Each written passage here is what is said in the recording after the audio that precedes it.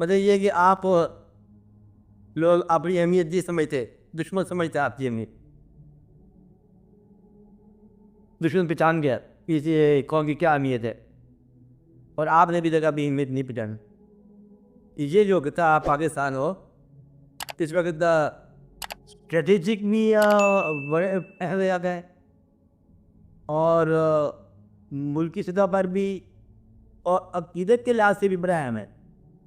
बाकी अकीदतें तकरीबन ख़रीदी जा चुकी हैं, वाक़यात हो चुके हैं हर जगह।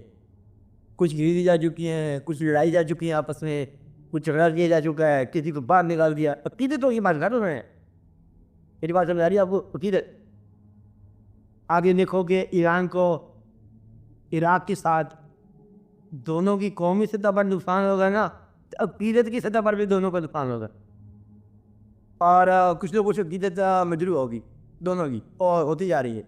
ये कम अज़ कम इतने बंदों को सही इस्लाम में नहीं समझेंगे। ईरान वाले इराक़ को नहीं समझेंगे कि ये मुसलमान है, सही मुनाफिक है। वो ये कहेंगे कि क्या एक इमाम होगा, दूसरा यजीद होगा, और दोनों ही दूसरे को समझेंगे। कभी ये किधर से इमाम वाले आ गए, इमाम तो है मर हमारे पास, और करबला उधर है, करबला वाले इधर है, ये कैसे हो सकता है? बड़े सारी दिक्कत होगी, अकीदत कम हो। अफ़गानिस्तान के साथ अकीदत जो है ना, वो उसको अलग रखो, तकसीम करा दी। ये डिवाइड एंड रूल वालों की बात हो रही है। आप ये देखो कि इस पाकिस्तान क्या हुआ जिसको बगैर इख्तियार दिया। हिंदुस्तान की अकीदत जो है वो तकरीबन अनीम हिंदू बना दी इसको। प्रकाश कुमार नाम हो गया, मुसलमानों के हिसाब से हो गया साजिद कुमार, ऐसे नाम हो गया। आज जब मुसलमान आते हिंदू नाम शुरू हो गया, तमाम शादियाँ आती होगी। तो ये जो इलाका है ये आज भी ताकतवर है। आज इस इलाके के अंदर हज़ूर रसूल सल्लल्लाहु अलैहि वसल्लम की तकरीम मौजूद है। ये कोई अल्लाह का खाक मेहरबानी है कि जहाँ बुज़ुर्गों का कोई डेरा इस किस्म का हुआ कि यहाँ ये बात चलती है, और यहाँ का जो सपोर्ट है वो अजमेर शरीफ में चलती है। कि अजमेर शरीफ है, कुछ इलाके के लोग जो है ना वज़ीरिस्तान, ये सारी बेल्ट जो है ना अक़ीदत की बेल्ट है, और आस्तानों की बेल्ट है, अक़ीदत की बेल्ट है। अच्छा, आस्तानों वाले जो है ना वो सेटल नहीं होते हैं, ख़त्म नहीं हो जाते हैं, गायब नहीं होते, भाग नहीं जाते।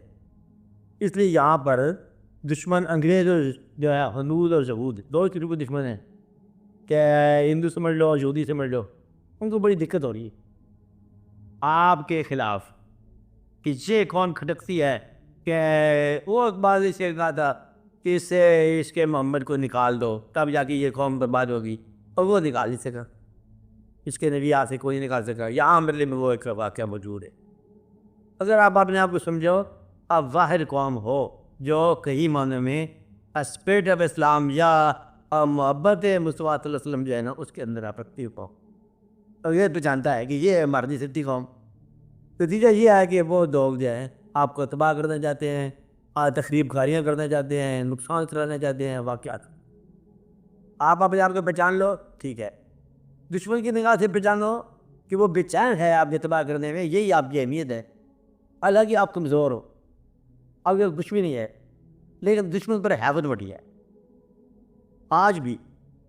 और जैसे लड़ा दे ममोले को शाहबाद से, कभी कोई बात मिसरा समझ जाता है ये, और तो कहता है एक बात, लड़ा दे ममोले को शाहबाद से, ममोले का तिलक है शाहबाद से। ममोला क्या होता है रहा था, छोटा सा परिंदा पूरा होता है कि ममोला शाहबाद के साथ लड़ जाए, कैसे हो सकता है? अफगानिस्तान ने रूस के साथ लड़ाई किया, और रशिया वजह आ गया, फौज भी लेके आ गया, अंदर भी आ गया, आवी भी हो गया, ये भी हो गया, और मुट्ठी पर दो चार बल्ले मुजाहिदीन है, स्कैटर्ड किस्म के ग्रोह है, लड़ा रहे ममोले को शाहबाद से, वो शाहबाज ही भाग गया। मजहब दीजिए अल्लाह ताला की बात में मानी। ये तुम्हारे सामने वाक़या हुआ, एक वाक़या है। और वो कहते हैं अफगानिस्तान के आदमियों की लड़ने की कोई ज़रूरत नहीं है, ये पाकिस्तान ने कुछ किया है और ये तुम्हारी शान है। मतलब पाकिस्तान साहब ने क्या बगाल है रूस के साथ, शान चाहे कि दुश्मन में अहमद आ रही है, चाहे समझे कि आपकी शान ही है, तो वरना उनका साथ हमारा कोई मुकाबले का मुकाम ही नहीं है। तो इसलिए आप बड़ी अहमियत के लोग हो, आपदा को पहचानो, एक दूसरी तरीके से पहचानो कि इस मुल्क को बनाने के लिए कम अज़ कम जितनी शहादत हुई है, जितनी हुई है, तो वो अल्लाह ताला के यहाँ उतना खून जो है वो नज़रअंदाज भी नहीं होता। पाकिस्तान बनाने के लिए जो कुर्बानियाँ दी हैं आपने, आज तक होता आ रहा है। जब पाकिस्तान जिसने बना 47 के अंदर, आप लोगों के पास मौजूद है रिकॉर्ड। और एक बात से बताओ, कितने आदमी शहीद हुए होंगे? आप बता देते हैं इनको, बताओ ज़रा। आपके रिकॉर्ड में है? कोई इसमें रिकॉर्ड में होगा, कोई उधर रिकॉर्ड में होगा। बहुत सारे इंसान। अगर शहीद जो है अल्लाह के यहाँ मकबूल है, अल्लाह ने लिखा है इस जगह पर, क्या लिखा? क्या आपने ना कहो जो अल्लाह की राह में मर जाए उन्हें मुर्दा ना कहो, बाला याम, और वो जिंदा है और तुम्हें शूर नहीं होता, वो तो जिंदा है। अब इतने लोग जो अल्लाह की राह में मर जाएं और अल्लाह कहे कि जिंदा है, और वो आपके तहफ़्फ़ुज़ के लिए बहुत काफ़ी इंतज़ाम है। इतने बुजुर्ग अल्लाह के जो इस खित्ता के अंदर आके मौजूद हुए, और अब वो आपके लिए तहफ़्फ़ुज़ का 160 मकाम है। इसलिए आपकी अहमियत अभी जगह पर है। अल्लाह वाले जो शोधा की शक्ल में हैं, औलिया कराम की शक्ल में हैं, उलमा भी यहाँ के माकूल मुनासब है, बिशात कराम ये अच्छे हैं यहाँ के। तो वजूद है सिर्फ ये है ना, आप लोगों के पास टाइम को नहीं है क्योंकि आप कारोबार में लगे हुए हो, आप लोगों को कमाइयों का फिक्र है। इसलिए कभी आपकी कौम को होश आ गया तो फिर ये कौम जो है ना दुनिया के अंदर वाहिद कौम है जो अजीम कौम है। बाकी सारे खत्म हो चुकी है हर चीज़। मनशा इलाही के बर्फ़ जा रहे सारे, इसके अंदर कुछ और समझ ले, इस्लाह होने की गुंजाइश है। अगर चीन कलमा पढ़ लेता है तो फिर तुम्हें ज़रूरत कोई मुसलमान रहने की, फिर उसके बाद मनसब मिल जाता है। इस वक्त तक जब तक चीन कलमा नहीं पढ़ता, मेरा ख्याल है कि आप इस वक्त नंबर 1 कौम हो अल्लाह के यहाँ। और अगर वो कलमा पढ़ लेते हैं तो फिर शायद किसी और में जाए। फिलहाल तो कलमा वो नहीं पढ़ रहे।